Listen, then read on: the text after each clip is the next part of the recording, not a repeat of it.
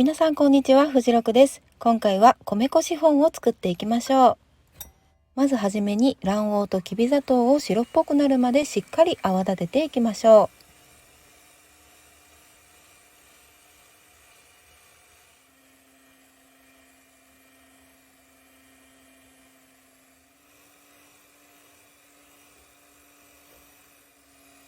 これぐらい白っぽくなるまでしっかり泡立てましょう。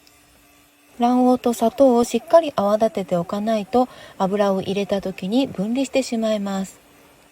しっかり泡立てておかないとシフォンケーキが底上げをしてしまいます。このように生地を持ち上げた時にパタパタとリボン状に落ちるぐらい、これぐらい筋がしっかり残るぐらいまで泡立てるようにしてください。続いてこの中に油を入れていきましょう。今回使用する油は太白ごま油というものを使用します。ごま油の名前がついているのですが、無味無臭のお菓子用の油になります。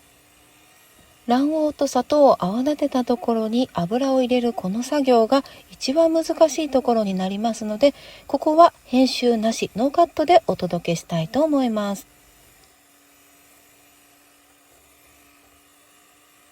このように油は何度かに分けて加えてもいいですし、少しずつ垂らしながら混ぜるというのでも構いません。大事なのは生地の状態を見極めるということですね。混ぜすぎてしまうと逆に分離してしまうこともあります。はい、これで最後の油になります。ここからが大事です。最後の油を入れてから混ぜすぎてしまう方が結構多いので、ここから混ぜすぎないようにどれぐらい泡立てたらいいのかしっかりチェックをしてみてください。はい、これでベストな生地ですね。これぐらいまでしっかり泡立てたら、あとは液体を加えていきましょう。豆乳とラム酒を加えました。ラム酒を加えることで卵臭さを消すことができます。ラム酒を持っていない方はバニラペーストやバニラオイルでも構いません。液体はこのようにハンドミキサーの羽で軽く混ぜるだけで構いません。泡立てる必要がないので、混ざったらこの中に米粉とベーキングパウダーをふるい入れていきましょう。今回使用する米粉はこちら、リファリーヌという米粉になります。フランス語でリはお米、ファリーヌは小麦粉という意味です。はい、こちらの米粉を今日は使用したいと思います。米粉とベーキングパウダーを合わせたものを中にふるい入れていきましょう。米粉もいろんな種類があるのですが、米粉の歴史はまだ浅く、メーカーさんによっては少し生地が潰れてしまったり、ベタベタしたり、そして口の中がパサパサするような米粉もあります。私がずっと使っているこちらのリファリーヌですが、パティシエ御用達の米粉です。とってもふんわり軽く仕上がりますので、ぜひ皆さんこちらのリファリーヌでこの米粉シフォンを作ってみてください。米粉とベーキングパウダーをふるい入れたら泡立て器でぐるぐる混ぜ合わせていきましょう。このぐらい粘りが出るまでしっかり混ぜ合わせていきましょう。しっかり混ぜても硬い生地にはなりませんのでご安心ください。しっかり混ぜることによって腰折れしにくい生地になりますので、混ぜるときは力を入れて混ぜるようにしましょう。続いて卵白を泡立てていきます。卵白は冷たいものを用意してください。冷たくないとなかなかきれいに泡立ちません。卵白は割ったら必ず冷蔵庫の中に入れて使う直前まで冷やしておきましょう。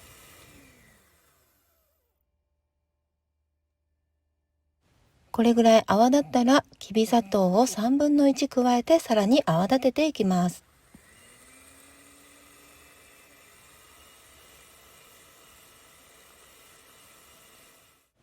2回目のタイミングがこれぐらいです。先ほどよりきめが細かくなって白っぽくなったら2回目のきび砂糖を加えてさらに泡立てていきましょう。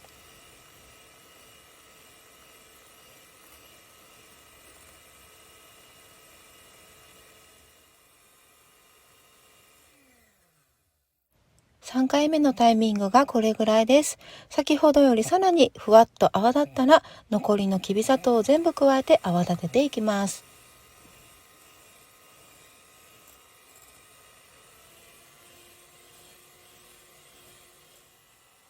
メレンゲはこれぐらいになるまでしっかり泡立てましょう。持ち上げた時に角がピンと立ってしっかりしたメレンゲができたら、最後に低速にしてキメを整えていきます。ハンドミキサーを低速にして優しく上下に持ち上げながら全体のキメを整えていきます。メレンゲのキメが整ったら卵黄生地に3回に分けて加えていきます。混ぜるときは切るようにして混ぜていきましょう。ぐるぐる混ぜるのではなく、泡立て器でサクサクと切るようにしてボウルを回しながら混ぜるのがポイントです。そしてもう一つ大事なのが、メレンゲが混ざりきる一歩手前で次のメレンゲを入れるということです。そうすると全体的に混ぜる回数が減ります。混ぜすぎ防止、泡が潰れるのを防止してくれますので、メレンゲが混ざりきる一歩手前で次のメレンゲを加える。これを忘れずにしてください。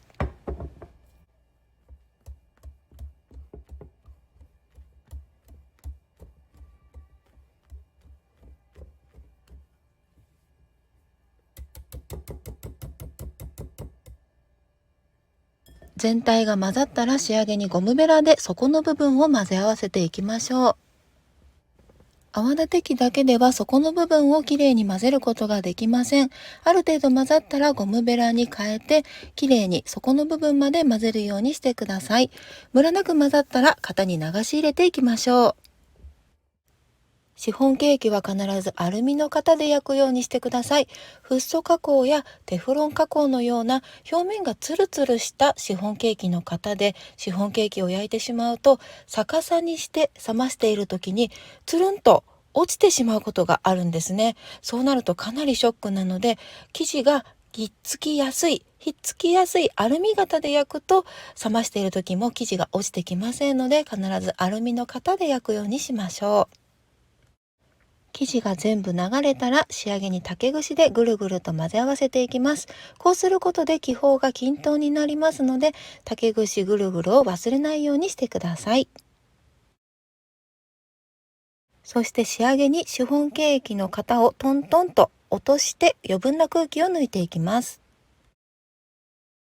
天板ごと予熱したオーブンで焼いていきましょう。今回はいつもと違って160度45分になります。いつも私のレシピで作ってくださる方は、こちら時間と温度間違えないようにしてください。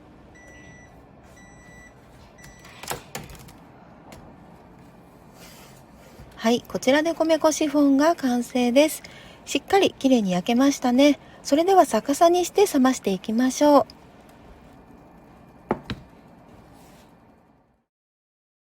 粗熱が取れたら型から生地を取り出していきましょう。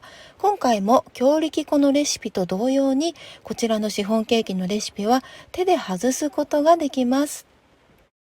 側面の部分を半分ぐらいまで押し込むようにして、続いて真ん中の部分もぐっと押し込んでいきましょう。そしてひっくり返して型を外していきます。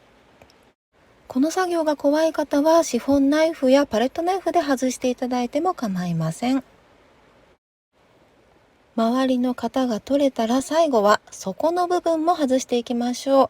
手で外していただいても構いませんが、綺麗に外したいという方はパレットナイフやカードを使っていただくと綺麗に外すことができます。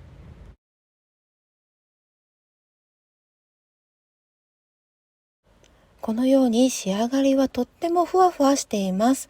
米粉のシフォンといってももちもちしたりだとか目が詰まった感じはありません。ほとんどリファリーヌというのは小麦粉に代用ができる素晴らしい米粉なんですね。カットしてもらってもわかると思うんですが、このようにふわっと仕上がりますので、ぜひ皆さん米粉のシフォン作るときはリファリーヌで作ってみてください。米粉のシフォンケーキは少し高さが出にくいというのが難点になります。高さを出すために今回はメレンゲをしっかり泡立てました。皆さんもしお家で作られた際に高さが出ないと思ったら、いつもより少し多めにメレンゲを立ててみてください。ふわっとメレンゲを立てることによって米粉の重さを軽減してくれて、高さのあるシフォンケーキに仕上がります。はい、ということで今回の動画は以上になります。最後までご視聴ありがとうございました。この動画が面白い、ためになった、面白かったという方はぜひ高評価、チャンネル登録よろしくお願いします。それではまた別の動画でお会いしましょう。